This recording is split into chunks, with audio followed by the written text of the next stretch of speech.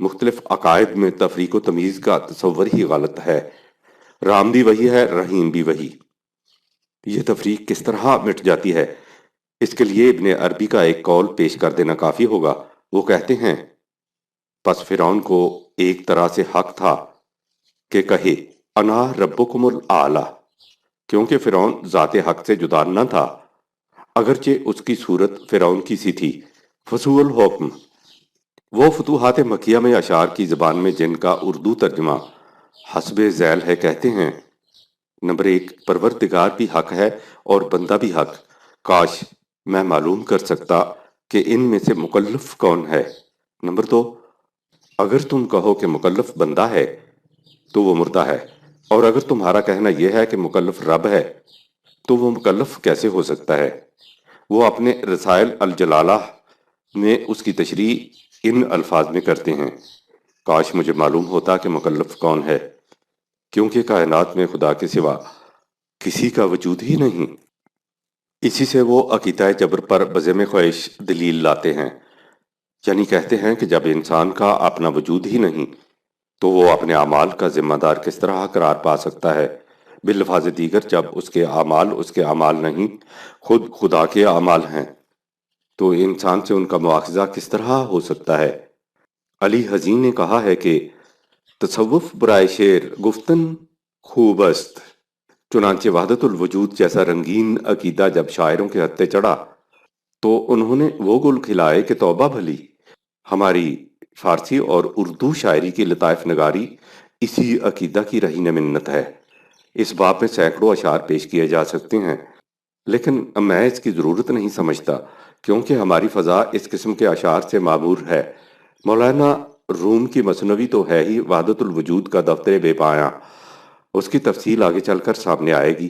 فارسی کے دیگر شعراء کا بھی کم و بیش یہی حال ہے۔ حافظ شیرازی کہتا ہے، ندیم و مطرب و ساقی ہماؤست، خیال آب و گل در رہے بہانا۔ ہماؤست میں چونکہ رام اور رحیم کی تفریق اور کفر و اسلام کی تمیز مٹ جاتی ہے، اس لیے حافظ کہتا ہے کہ در قبلہ و بت خانہ تو مسجودی و معبود، رو سوئے تو می باشد صاحب نظراں راہ۔ یہاں تو پھر بھی بات پردہ میں کی گئی ہے، بے باک شاعری اس سے بھی آگے بڑھتی ہے اور برہنہ الفاظ میں کہتی ہے، اے پسر لا الہ الا اللہ، این ز شرک خفی است آئینہ دار، ہست شرک جلی رسول اللہ، خیشتن را ازیں دو شرک برار، معاذ اللہ۔ ان کے نزدیک لا الہ الا اللہ کے معنی یہ ہے کہ مشرکین جس جس چیز یا جس جس انسان کو معبود سمجھ کر ان کی پرستش کرتے ہیں وہ سب خدا ہی ہوتے ہیں، کیونکہ خدا کے سوا کائنات میں کسی کا وجود ہی نہیں۔ کفر و دین است در رہت پویاں، وحدہ لا شریک لہو گویاں۔ جیسا کہ اوپر بیان کیا جا چکا ہے کہ اسلام میں تصوف کو بالعموم اور نظریہ وحدت الوجود کو بالخصوص شامل کرنے میں ابن عربی کا نام سر فہرست آتا ہے، لیکن جس شخص نے ان نظریات کو عین اسلام قرار دے کر امت کے خون کے ذرات تک میں تحلیل کر دیا، انہیں مولانا روم کے لقب سے یاد کیا جاتا اور جلال الدین رومی یا مولانا رومی کہہ کر پکارا جاتا ہے۔ ابن عربی نے نظریہ وحدت الوجود کو فلسفیانہ رنگ میں پیش کیا۔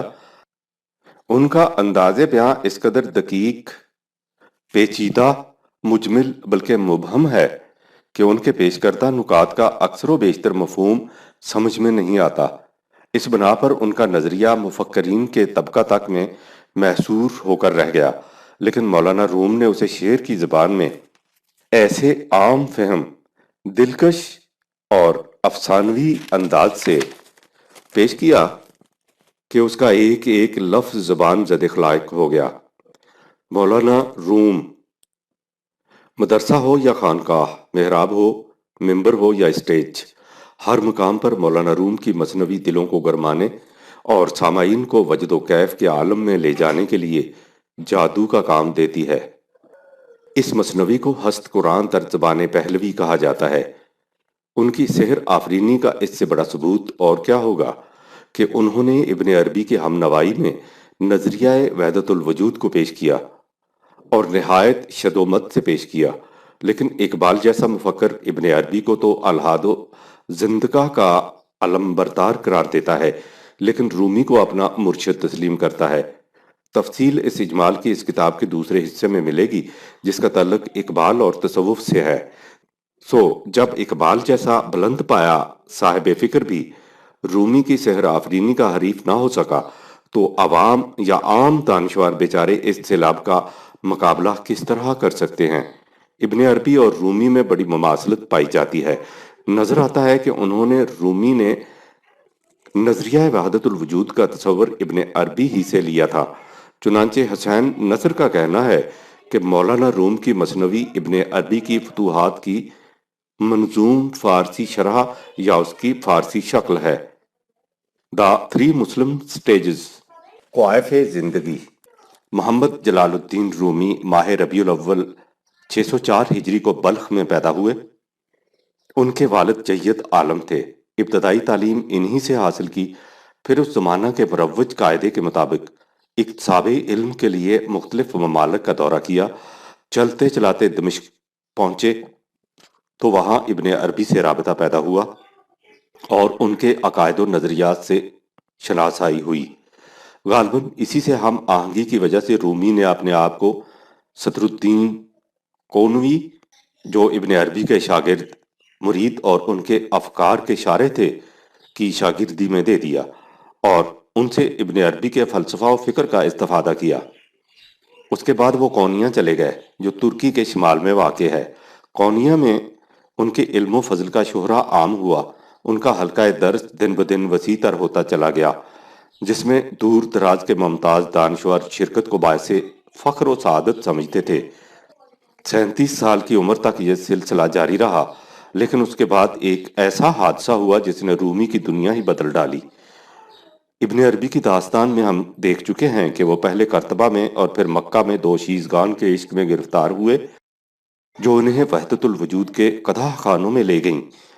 رومی 37 برس کے تھے کہ یکایک ان کے سامنے شمس تبریز نمودار ہوا، اور وہ اس کی محبت میں اس طرح دیوانہ وار گرفتار ہوئے کہ کتابوں کو چھوڑ چھاڑ مدرسہ اور تدریس کے سلسلہ کو بند کر کے ایک مست قلندر کی طرح کونیا کی گلیوں میں گھومنے ناچنے لگ گئے۔ وہ ان مقامات میں گھومتے شمس کے حسن و عشق کی داستان کی غزلیں گاتے اور مستانہ وار رقص کرتے تھے۔ شمس کی محبت کس حد تک ان کے اعصاب پر سوار اور ان کے دل کی گہرائیوں میں پیوست تھی، اس کا اندازہ ان کے اس شعر سے لگایا جا سکتا ہے، جس میں وہ کہتے ہیں کہ پیر من مرید من در دمن و دوائے من، فاش بگفتم این سخن شمس من او خدائے من۔ خدائے من سے آگے اور کیا کہا جا سکتا تھا؟ یہ تو بالتحقیق معلوم نہیں کہ جس وقت شمس کی ملاقات رومی سے ہوئی، اس وقت اس کی شمس کی عمر کیا تھی، لیکن یہ امر یقینی ہے کہ اس کا تعلق حسن بن صباح کے فرقہ باطنیہ سے تھا۔ اس سے یہ بات واضح ہو جاتی ہے کہ رومی کے خیالات اور عقائد میں جو تبدیلی ہوئی، اس کی بنیادی وجہ کیا تھی۔ چونکہ میرے پیش نظر رومی کے سوانح حیات مرتب کرنے نہیں، اس لیے میں اس تفصیل میں نہیں جانا چاہتا کہ ان کے شاگردوں، عقیدت مندوں اور خود ان کے بیٹے نے اس بلائے بے درماں سے جان چھڑانے کے لیے کس طرح شمس کا قصہ پاک کیا۔ اس کا قصہ تو انہوں نے پاک کر دیا، لیکن رومی کے عشق کی آگ ٹھنڈی نہ کر سکے۔ اب شمس کی جگہ صلاح الدین زرکوب نے لے لی، اور اس کے بعد 1261 ہجری میں حسام الدین چلپی نے، جو رومی کی بقایا زندگی میں اس کا مرکز نگاہ رہا، ان کا نام حسن اور باپ کا نام محمد تھا۔ حسام الدین اور ضیاء الحق ان کے القاب ہیں جو بارگاہ رومی سے انہیں عطا ہوئے تھے۔ اسی طرح چلپی کا لفظ بھی جو ان کے نام کا لاحقہ بن گیا ہے۔ قدیم ترکی زبان میں اس لفظ کے معنی حسین و جمیل محبوب کے ہیں۔ بعض کے نزدیک یہ لفظ سیدی اور مولائی کا مترادف ہے۔ بہرحال رومی نے انہیں یہ لقب عطا کیا، اور اس کے بعد سلسلہ مولویہ کے شیوخ بھی اسی لقب سے پکارے جانے لگے۔ چلپی 20 سال سے بھی کم عمر کے تھے جب وہ بارگاہ رومی میں پہنچے تھے۔ انہیں رومی کے جذبات میں کس قدر دخل تھا، اس کا اندازہ اس سے لگائیے کہ رومی نے اپنی مثنوی انہی کی فرمائش پر لکھنی شروع کی تھی، اور اس کا نام حامی نامہ رکھا تھا۔ مثنوی میں دفتر اول کے سوا ہر دفتر میں چلپی کی نسبت سے اشعار ملتے ہیں۔ مثلا دفتر چہارم میں ہے: اے ضیاء الحق حسام الدین توئی کہ گذشت از مہ بنورت مثنوی، مثنوی راچوں تو مبداء بودہی، گرفزوں گردد تواش افزودہی۔ چلپی کی محبت میں رومی اس قدر گرویدہ تھے کہ ایک دفعہ کونیا کے امیر تاج الدین نے 70,000 درہم کا تحفہ رومی کے پاس بھیجا اور رومی نے وہ تمام کا تمام چلپی کو دے دیا۔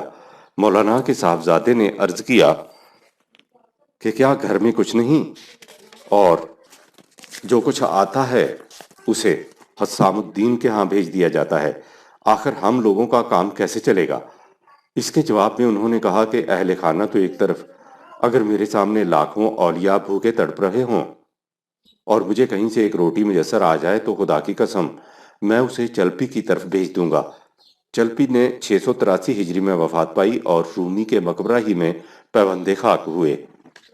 ہم نے یہ واقعات ابن عربی اور رومی کی زندگی میں مماثلت کی غرض سے بیان کیے ہیں، ورنہ ہمارا مقصد سوانح نگاری نہیں، ان کے عقائد و نظریات کو پیش کرنا ہے۔ جہاں تک عقائد و نظریات کا تعلق ہے، رومی بھی ابن عربی کی طرح وحدت الوجود کے قائل ہیں۔ اس سلسلہ میں ان کی ایک غزل ملاحظہ فرمائیے: ہر لحظہ بشکل بت عیار برآمد، دل بردو نہاں شد، ہر دم بلباس دگر آں یار برآمد، گہے پیر و جواں شد، خود کوزہ و خود کوزہ گرو، خود گلے کوزہ، خود رندو سبوکش، خود برسراں کوزہ خریدار برآمد، بشکست و رواں شد، خود گشت سراہی و میں و ساغر و ساقی، خود بزم نشیں شد، خود آں میں و سرمست بے بازار برآمد، شور دل و جاں شد۔ ابن عربی کے تذکرہ کے سلسلہ میں ہم دیکھ چکے ہیں کہ وحدت الوجود کی روح سے کفر اور ایمان میں کوئی فرق نہیں رہتا۔ ابن عربی اس وحدت کو فلسفیانہ رنگ میں بیان کرتے ہیں، لیکن رومی اسے اپنے ساحرانہ انداز کے مطابق تشبیہ و استعارات کی رنگینیوں کے پردوں میں وجہ فریب نگاہ بناتے ہیں۔ وہ کہتے ہیں کہ تم انڈے کو دیکھو، اس میں زردی اور سفیدی متمیز طور پر الگ الگ نظر آئے گی، لیکن بیضا رچو زیر پرخویش پرورد از کرن، کفر و طیفانی شد و شد مرغ وحدت پر فشاں۔ جب اس نے اس انڈے کو اپنے کرم کی حرارت سے سیا تو زردی اور سفیدی کفر و ایمان کا امتیاز ختم ہو گیا اور مرغ وحدت پر فشاں نمودار ہو گیا۔ ابن عربی نے کہا تھا کہ وحدت الوجود کی روح سے حضرت موسیٰ علیہ السلام اور فرعون میں کوئی فرق نہیں، دونوں ایک ہیں۔ رومی کہتے ہیں: چونکہ بے رنگی اسیر رنگ شد، موسیٰ با موسیٰ در جنگ شد۔ رومی کے ہاں بحر اور موج کی مثال عام طور پر ملتی ہے، چنانچہ وہ کہتے ہیں: بحر وحدانیت جفت و زوج نیست، گوہر و ماہیش غیر از موج نیست۔ اور اس کے بعد اس نتیجہ تک پہنچاتے ہیں کہ اتصال بے تکیف بے قیاس، ہست رب الناس را باجان ناس۔ خدا اور بندہ ایک دوسرے کے ساتھ اس طرح ملے ہوئے ہیں کہ نہ انسانی عقل و قیاس اس کا احاطہ کر سکتے ہیں، نہ کیف و کم کے ذریعے اسے بیان کیا جا سکتا ہے۔ وہ اس باب میں اس حد تک آگے بڑھ جاتے ہیں کہ می گفت در بیابان رند دہن دریدہ، صوفی خدا ندارد او نیست آفریدہ۔ ویدانتی تعبیر۔ وحدت الوجود کی ایک تعبیر تو یہ ہے کہ جو کچھ موجود ہے سب خدا ہے۔ اس کی دوسری تعبیر ویدانتی ہے، جس کی روح سے کہا جاتا ہے کہ خدا کی روح کا ایک جزو انسانی پیکر میں پہنچ کر مادہ کی دلدل میں پھنس گیا ہے اور نہایت کرب و اذیت کی زندگی بسر کر رہا ہے۔ انسانی زندگی کا مقصد و منتہا یہ ہے کہ ترک علائق سے روح خداوندی کو اس دلدل سے آزادی دلائی جائے تاکہ یہ جزو اپنے کل سے جا ملے۔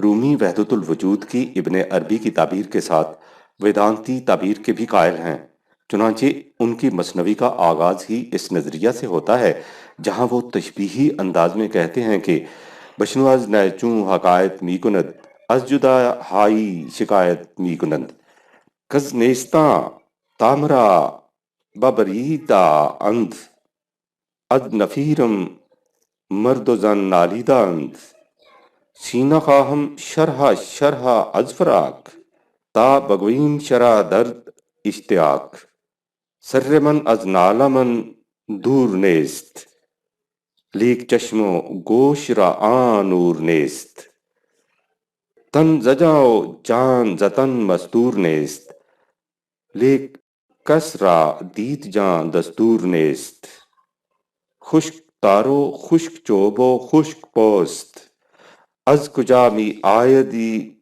آواز دوست سر پنہا است اندر زیر و بم فاش اگر گویم جہاں برہم زنم۔ وہ اسی مثنوی میں زندگی کے ارتقائی منازل کا ذکر کرتے ہوئے کہتے ہیں کہ جسم کی موت کے بعد میں ملائکہ کی شکل میں نمودار ہو جاؤں گا اور بار دیگر از ملک پر راں شوم آنچ اندوہ ہم نائد آن شوم پس ادم گشتم ادم چون از گنوں گوئم کا نا الیہ راجعون۔ یہ ہے وحدت الوجود کا وہ عقیدہ جس کی علماء سلف نے سختی سے مخالفت کی، چنانچہ امام ابن تیمیہ نے ایک مستقل رسالہ فی الابطال وحدت الوجود لکھ کر اس نظریہ کے علمبرداروں کو کافر قرار دیا۔ امام ابن قیم اور محمد بن عبد الوہاب نے بھی انہیں کافر ٹھہرایا ہے۔ عقل و علم کی تنقیص۔ تصوف کا دوسرا بنیادی ستون عقل انسانی کی تنقیص اور اس کے مقابلہ میں کشف و الہام کی افضلیت ہے۔ مولانا روم کی مثنوی بیشتر اسی عقیدہ کی ترجمان ہے۔ وہ کہتے ہیں لا والی عشق باشد نہ خرد عقل آن جوید کزاں سودے برد نہ خدا را امتحان می کند نہ در سودو زیانے می زند۔ عشق کی روح سے حاصل کردہ یہی باطنی علم ہے جو قرآنی حقائق تک پہنچ سکتا ہے۔ عقل یوں ہی قرآنی الفاظ سے ٹکرے مارتی رہتی ہے۔ یہ مشہور اشعار انہی کے ہیں جن میں وہ کہتے ہیں کہ قرآن کا مغز ہم نے نکال لیا ہے اور ہڈیاں کتوں کے آگے ڈال دی ہیں۔ ما دل اندر رہے جہاں انداختیم گلگلا اندر جہاں انداختیم ماز قرآن برگزیدہ مغز راہ پوست راہ پیشے سگاں انداختیم جبہ و دستار و علم و کیل و کال جملہ تر آب رواں انداختیم از کمان شوق تیر معرفت راست کردہ برنشاں انداختیم۔ یہ جو جبہ و دستار اور علم و فضل کو دریابرد کرنے کا کہا گیا ہے تو جیسا کہ پہلے بیان کیا جا چکا ہے یہ خود ان کی آپ بیتی ہے۔ ابن عربی نے کہا تھا کہ جس مقام سے نبی اور رسول لیتے ہیں اسی مقام سے ہم غوث و ابدال لیتے ہیں۔ رومی نے اس دعویٰ کو اس انتہا تک پہنچا دیا ہے جس سے آگے حادی باقی نہیں رہتی۔ وہ کہتے ہیں مکر کن در راہ نیکو خدمتے طالبوت یا بھی اندر امتے، یعنی وہ مقام نبوت تک پہنچ جانے کو بھی ممکن قرار دیتے ہیں۔ استغفر اللہ۔ یہ ہیں مختصر الفاظ میں رومی کے عقائد و نظریات۔ سابقہ صفحات میں بات تو وحدت الوجود کی ہو رہی تھی، لیکن ہم افکار رومی کو نسبتاً زیادہ پھیلا کر اس لیے سامنے لائے ہیں کہ ان کا اثر ان موضوعات پر بھی پڑے گا جن کا ذکر آگے چل کر آئے گا۔ ہندوستان میں تصوف۔ ہم نے اس وقت تک تصوف اور صوفیاء کے متعلق عمومی طور پر بات کی ہے، لیکن ہم سمجھتے ہیں کہ یہ دیکھنا بھی ضروری ہے کہ ہندوستان میں یہ تصور کن راستوں سے آیا اور اس نے یہاں اسلام کے ساتھ کیا کیا۔ پہلا مسلمان دانشور جس نے مسلمانان ہند کو ہندو تصوف، ویدانت وغیرہ سے روشناس کرایا ابو ریحان البیرونی تھا۔ یہ نابغہ روزگار غزنوی عہد حکومت میں ہندوستان آیا اور اس نے پنجاب ضلع جہلم میں ہندو پنڈتوں سے سنسکرت زبان سیکھی اور ہندوؤں کی بیشتر اہم کتابوں کا عربی اور فارسی میں ترجمہ کیا۔ اس طرح ہندی مسلمان پہلی بار اپنشدوں اور یوگ کی تعلیم سے آشنا ہوئے۔ جس طرح عباسی خلیفہ مامون الرشید کے زمانے میں جب یونانی فلسفہ کی کتابیں عربی میں ترجمہ ہوئیں تو مسلمان افلاطون، ارسطو، فلاطینوس وغیرہ کے فلسفہ اور تصوف سے آگاہ ہوئے تھے۔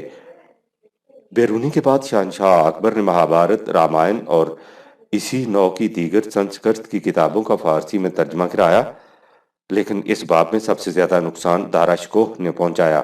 اس نے بنارس کے پنڈتوں کی مدد سے اپنشدوں کا ترجمہ فارسی زبان میں کرایا اور اس کا نام سر اکبر رکھا۔ وہ اس کے مقدمہ میں لکھتا ہے کہ قرآن کریم میں جس کتاب مکنون کا ذکر آیا ہے وہ اپنشد ہیں۔ اس نے یوگ وششٹ کا فارسی ترجمہ منہاج السالکین کے نام سے کرایا۔ ان کتابوں میں وحدت الوجود کا فلسفہ، تصوف، اس کی شدید ترین شکل میں بیان کیا گیا ہے۔ علامہ اقبال نے کہا ہے کہ تخم الحاد کے اکبر پردرید، باز اندر فطرت دارا دمید، شمع دل در سینہ روشن نبود، ملت ما از فساد و ایمن نبود۔ رموز بے خودی۔ یہ ٹھیک ہے کہ اکبر نے الحاد کا بیج بویا تھا، لیکن اس کے تخم الحاد اور دارا شکوہ کے شجر الحاد میں بڑا فرق ہے۔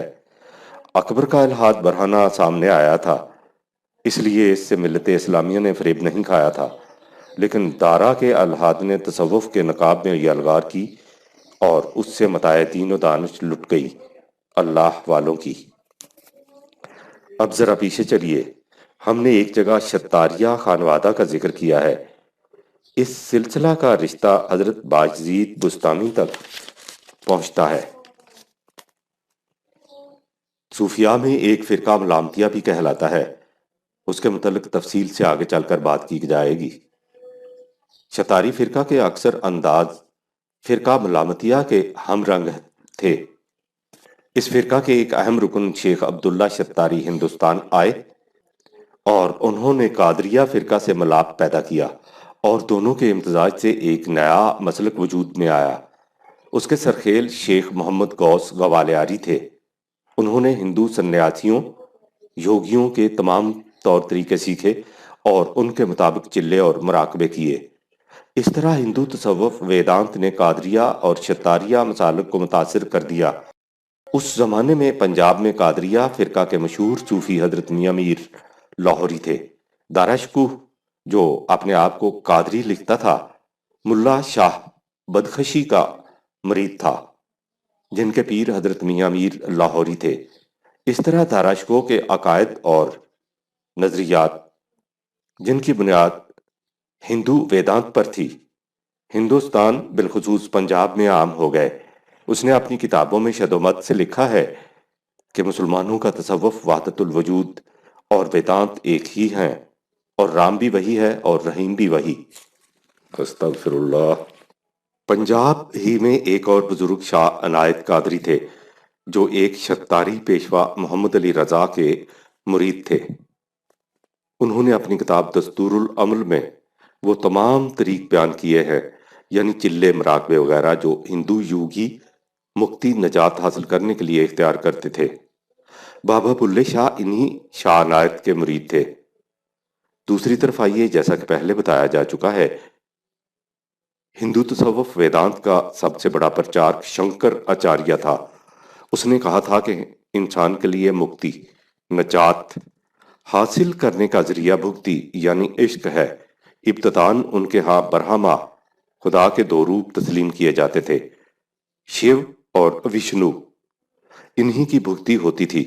رفتہ رفتہ شیو تو نگاہوں سے اوجھل ہو گیا اور وشنو نے زیادہ اہمیت حاصل کر لی۔ اس کے دو اوتار رام اور کرشن قرار پا گئے، اور رام بھکتی اور کرشن بھکتی ان کا عام شعار ہو گیا۔ بھکتی تحریک۔ رام بھکتی کے مقابلہ میں کرشن بھکتی زیادہ مقبول ہوئی، کیونکہ کرشن رادھا گوپیوں کی حقائق کی روشنی میں اس میں عشق مجازی کی راہیں کشادہ ہوتی تھیں۔ اس مسلک کو عام طور پر بھکتی تحریک کے نام سے پکارا جاتا ہے۔ یہ در حقیقت اسلام کے خلاف بڑی گہری نقاب پوش سازش تھی۔ ہندو اپنے دھرم کو اسلام کے مقابلہ میں لا ہی نہیں سکتے تھے۔ انہوں نے سوچا کہ اگر ہم ہندو دھرم کو اسلام سے افضل ثابت نہیں کر سکتے تو کچھ ایسا کرنا چاہیے کہ ہندو دھرم اور اسلام دونوں ایک سطح پر آ جائیں۔ اس کے لیے وحدت الوجود ویدانت کا عقیدہ بڑا مؤثر حربہ تھا۔ جب رام اور رحیم ایک ہی ہو جائیں تو پھر ہندو دھرم اور اسلام میں فرق کیا رہ جاتا ہے؟ اس تحریک کے مبلغ اسی نظریہ کو لے کر اٹھے۔ بھگت سورداس، گووند داس، بھگت کبیر، میرا بائی اور گرو نانک وغیرہ اسی تحریک کے پرچارک تھے۔ وہ اور ان کے چیلے عام فہم زبان میں کوتائیں، اشعار سناتے اور گیت گاتے، کریا کریا بستی بستی، گاؤں گاؤں، کوچا کوچا گھومتے، خود بھی ناچتے اور دوسروں کو بھی نچواتے۔ ان میں بیشتر سادھو سنیاسی تھے جو ننگ دڑنگ رہتے، بھنگ پیتے، چرس کے دم لگاتے، ایک تارے بجاتے، کھڑتالیں پیٹتے، عوام کے لیے ہر طرح کی کشش اور جاذبیت کا سامان بہم پہنچاتے۔ مقصد ان سب کا یہی تھا کہ اس عقیدہ کو عام کر دیا جائے کہ رام بھی وہی ہے اور رحیم بھی وہی، اس لیے کفر اور اسلام میں کوئی فرق نہیں۔ بھگت کبیر کے الفاظ میں، گنگا ایک گھاٹ بتیرے، کہت کبیر عقل کے پھیرے۔ ان کے کبتوں، شعروں اور گیتوں کا ماحصل یہ تھا کہ نمبر ایک، کفر اور اسلام، رام اور رحیم، مسجد اور مندر میں کچھ فرق نہیں، ہر جگہ وہی ہے۔ نمبر دو، مذہب کے مظاہر، شعائر اور ارکان بے مقصد ہیں اور باہمی تفرقہ پیدا کرنے کے موجب، اصل مقصد گیان دھیان معرفت ہے۔ نمبر تین، کائنات فریب تخیل سے زیادہ کچھ نہیں، اس لیے دنیاوی جاذبیتیں سب مایا کے پھندے ہیں۔ انسان جس قدر ان آلائشوں کو ترک کرتا جائے گا، اتنا ہی ایشور کے رنگ میں رنگا جائے گا۔ نمبر چار، جب کائنات اپنا وجود ہی نہیں رکھتی تو علم بالحواس بھی علم کہلانے کا مستحق نہیں۔ علم حقیقی وجدان بھکتی سے حاصل ہوتا ہے۔ نمبر پانچ، مقصد حیات اپنے آپ کو فنا کر کے ذات خداوندی میں مدغم ہو جانا ہے۔ نمبر چھ، ایشور کے سنت، سینٹ، سادھو، صوفی کو چاہیے کہ وہ ہر قسم کی اباحات، فحش و منکرات کا مرتکب ہو تاکہ خلقت اس سے دور بھاگے۔ بھنگ، چرس، شراب سب اسی مقصد کا ذریعہ ہے۔